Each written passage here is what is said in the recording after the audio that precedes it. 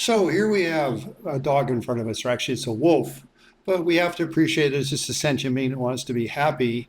And so therefore, if it's going to attack us, which is going to be sad, we're going to have to send it to another rebirth. In fact, there's two of them. Okay. But about pets, for example, it can be that, we have a pet and then that pet gets old and it's going to die. And so we might have to euthanasia, so we put it to sleep. But in doing so, we don't do it out of hatred or anger. Rather, we do it out of love and compassion for the pet.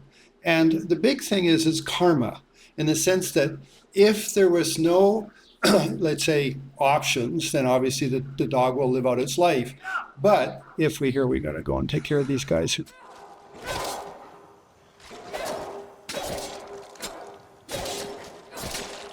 Oh, there we go. Okay. Oh, money put me home. There we send him another rebirth big time.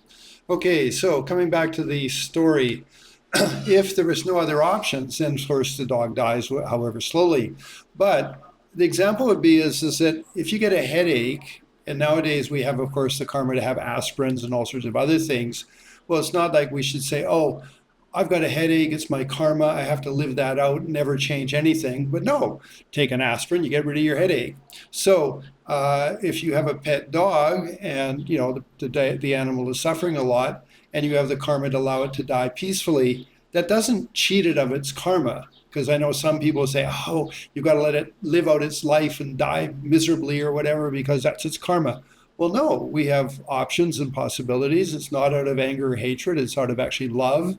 And I mean, granted, you don't do it prematurely, but if it really is down to this, my dear beloved pet is passing away, but then we basically do something to go and give it a more peaceful rebirth. And of course, it's always good saying mantras with the pet.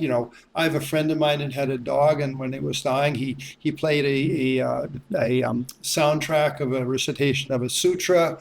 Did that for like a whole week on a continuous loop, and then later, when the dog died, it actually you could say he said the dog stayed in meditation for 2 or 3 days from his point of view, which is great.